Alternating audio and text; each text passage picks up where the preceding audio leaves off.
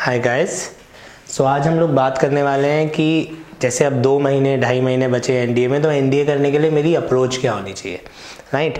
तो जितने लोग का फर्स्ट अटेम्प्ट है उनके लिए और थोड़ा सा ज़्यादा इंपॉर्टेंट हो जाता है, बिकॉज अब लास्ट 2 मंथ्स हैं और जैसे कि आप लोगों को पता है because of Covid you guys have not been to any schools और एनी इंस्टीट्यूट जहाँ पे थोड़ा सा गाइडेंस मिल पाए। So this is just to help you out कि हमने करना कैसे है। सो सबसे पहले मैं बात कर लेता हूँ जनरल एनडीए की। सो एनडीए में मेरा 3 पार्ट्स में डिवाइडेड होता है, maths. So the first thing is जो मेरा एनडीए का पेपर होता है वो 900 नंबरों का होता है, 900 मार्क्स का होता है। 300 नंबर मैथ्स में, 200 नंबर इंग्लिश के और 400 नंबर जीएस के। अब यहाँ पे बहुत इंपॉर्टेंट बात जो आपको देखनी है दैट मैथ्स में 120 क्वेश्चंस होते हैं और 300 नंबर होते हैं, मतलब हर क्वेश्चन होगा 2.5 नंबर का। वेराज जीएस और इंग्लिश में हर क्वेश्चन होगा 4 नंबर का। तो यहीं पे अगर आप लोगों ने अभी बहुत ज़्यादा तैयारी नहीं करी हुई है, आप एवरेज तैयारी पे फंसे हुए हो, तो आपको एक सबसे इंपॉर्टेंट बात आपको समझ लेनी है कि आपके लिए जीएस और इंग्लिश ज़्यादा इंपॉर्टेंट है।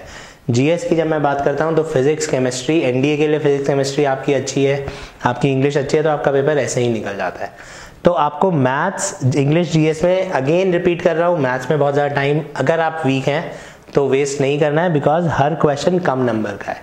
इसको आप इस तरह से देख सकते हो कि अगर आप 20 क्वेश्चन मैथ्स में सॉल्व करते हो तो आपके आते हैं 50 नंबर। अगर आप 20 क्वेश्चन इंग्लिश या जीएस में सॉल्व करते हो तो आपके आते हैं 80 नंबर।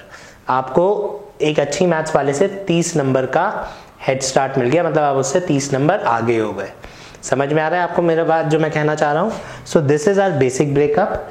अब इसमें हमें जो टारगेट करना होता है वो टारगेट करना होता है अराउंड 15% मिनिमम, ठीक है। हम इसके 20% बोलते हैं, 20-25% बोलते हैं। मतलब अगर मेरे 50 क्वेश्चंस हैं तो मैं टारगेट रखूं 30% हर एक में सेक्शनल कट ऑफ। ये थोड़ा सा कंफ्यूजिंग है, कुछ लोग कहते हैं इसमें मिला के सेक्शनल आती है, कुछ लोग कहते हैं इंडिविजुअल आती है।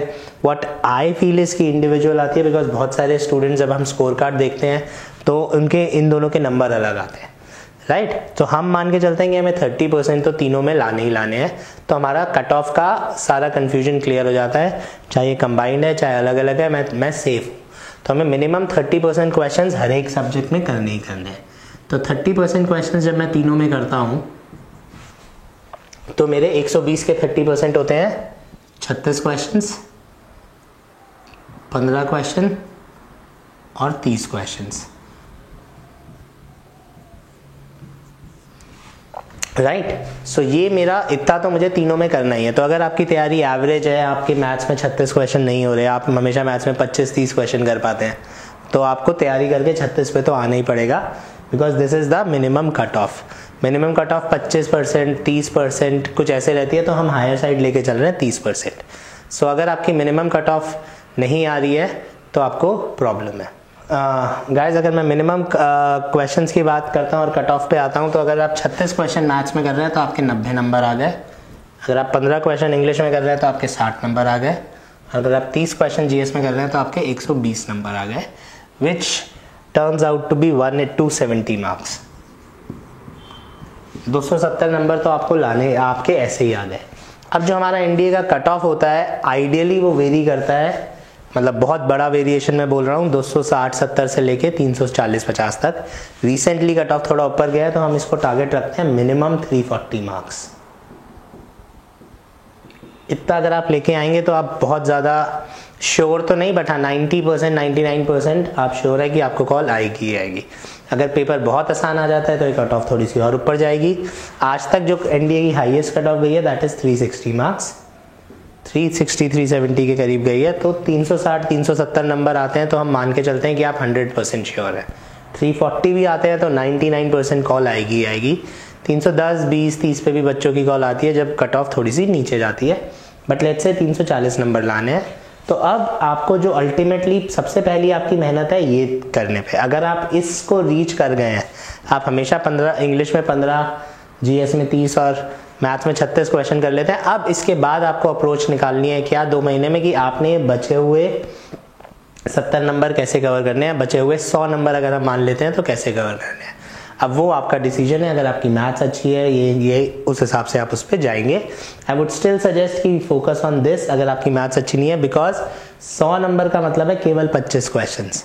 अगर आप इंग्लिश और जीएस मिला के 25 क्वेश्चन और कर देते हैं तो आप एकदम से कट ऑफ के पास आ जाते हैं। 25 क्वेश्चन में 100 नंबर, आप 370 पे पहुंच जाते हैं। वैसे अगर यही 100 नंबर हमें मैथ से लाने हैं तो हमारे को लगभग करने पड़ेंगे 40 questions, right. So this is the difference. So ये हमारा हो गया बेसिक क्रैप। अब इंग्लिश में मुझे क्या करना है अगले 60 दिन में, मैं बात करूंगा मेनली उसकी। सो ये जनरल है, यहां तक हमने करके अब हम let's talk about English. So English का पेपर अगर मैं उसको ब्रॉडली डिफाइन करूं, मेजरली उसको काटूं तो 3 चीज़ों पे होता है, रीडिंग, ग्रामर एंड वोकैब। अब ग्रामर में क्या क्या आएगा? सो गाइज अगर मैं इंग्लिश का हमारा सिलेबस बोलूं तो 3 पार्ट्स में डिवाइडेड है, grammar, reading and vocab. Grammar में 3 चीज़ें आती हैं, spotting errors, fill in the blanks and sentence improvement. Reading में आता है sequence of sentence, paragraph and comprehension. And vocab में आता है antonyms, synonyms, idioms and phrasal verbs. So इसके लिए हमारे पास होते हैं ग्रामर के 17 चैप्टर्स। थोड़े बहुत अगर हम और डिटेल में करेंगे तो 18-19 चैप्टर्स कर सकते हैं, बट मेजरली अगर इसमें हमें करना है तो हमें सब्जेक्ट वर्ब, टेंसेज, ये सब चीज़ें ज़्यादा करनी पड़ती हैं। एंड अप्रॉक्सीमेटली दिस वेरीज और this has around 15 to 30 questions और 35 क्वेश्चंस, कुछ भी आते हैं 15 से 35 के बीच में कितने भी क्वेश्चंस आ सकते हैं। अभी पिछली 1-2 बार से थोड़ा सा वोकैब ज़्यादा आ रहा है तो अगेन हो सकता है इस बार ग्रामर ज़्यादा आ जाए या same pattern follow, but we will get around 15 to 35 questions depending on based on our grammar, right? So spotting errors में क्या होगा? PQRS होगा, मतलब एक सेंटेंस लिखा होगा, 3 पार्ट में डिवाइड होगा, आपको गलती ढूंढनी होगी। फिल इन द ब्लैंक्स और सेंटेंस इंप्रूवमेंट में आपको ऑप्शंस मिले हुए होंगे। तो अगर आप मेरा चैनल देख रहे हैं कंटिन्यूसली तो मैं ग्रामर पोर्शन और वोकैब पोर्शन अलग अलग कवर कर रहा हूँ। आप जब हमारे चैनल की प्लेलिस्ट में जाएंगे तो आपको ग्रामर के अलग से चैप्टर्स दिख जाएंगे, tenses, articles, most asked questions. एक हमने मोस्ट आस्क्ड क्वेश्चंस की सीरीज बनाई जिसमें हमने past years SSC, CGL, NDA, CDS सब जगह से ऐसे क्वेश्चंस उठा के डाले हैं जो किसी चीज़ में फिट नहीं होते। वो एग्जामिनर आपकी जनरल नॉलेज चेक करता है इंग्लिश के बारे में, तो वो वीडियोस आप लोग ज़रूर देख लीजिएगा, चाहे आप कहीं से भी इंग्लिश ग्रामर कर रहे हैं, बिकॉज वो ऐसी चीज़ें हैं कि आपको लाइन में ऐसी आपको एक साथ कंपाइल्ड होकर ऐसी चीज़ें मिल जाएंगी जो थोड़े से लॉजिकल क्वेश्चंस होते हैं, राइट। सो हमारा जो फर्स्ट पार्ट है दैट इज़ मोर ग्रामर। इसमें मुझे 15 से 35 क्वेश्चंस मिलते हैं। अब जितने बच्चों की इंग्लिश कमज़ोर है उनके लिए ये वाला पोर्शन बहुत इंपॉर्टेंट हो जाता है ग्रामर करना, क्योंकि हमारे उन लोगों के रीडिंग और वोकैब में थोड़े से नंबर कम आते हैं, राइट। तो इसलिए अगर हमारे को 15 क्वेश्चन ग्रामर के मिलते हैं मिनिमम मान के चलते हैं तो 10 या 12 तो हमें ठीक करने ही करने हैं कि यहाँ से मैं 5-6 क्वेश्चन ठीक करूँ और मेरा काम चल जाए, राइट। अगर मैं मिनिमम कट ऑफ की बात कर रहा हूँ फॉर दैट मैटर। सो हमारे ग्रामर में 17 चैप्टर्स आएंगे। हम लोग भी अपने यूट्यूब चैनल्स पे डाल रहे हैं सारे चैप्टर्स, बट 6 तक आई डाउट कि हम सारे डाल पाएंगे। तो इसीलिए आप लोग अगर चाहेंगे, मैं अनअकैडमी पे भी क्लासेस ले रहा हूँ, काफ़ी सारी फ्री क्लासेस लेता हूँ शाम को 6 बजे। तो हम कुछ कोर्स उसमें कवर करने की कोशिश कर रहे हैं, कुछ कोर्स में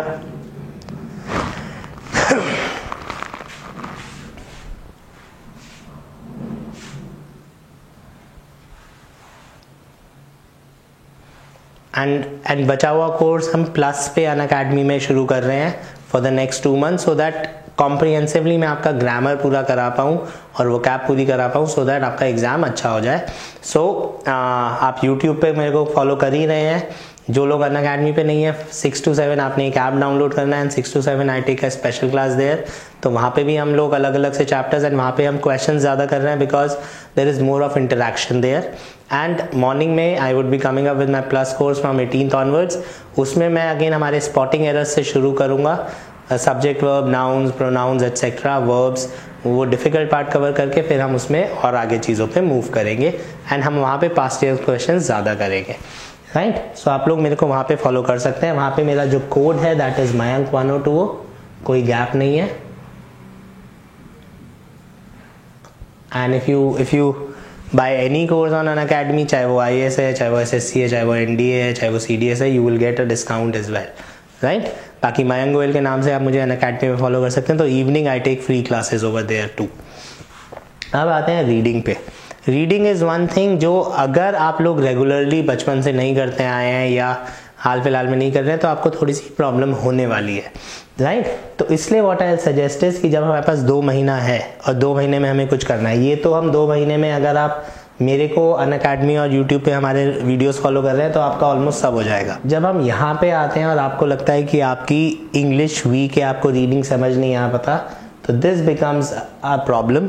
तो व्हाट आई सजेस्ट इज कि start reading something that you understand.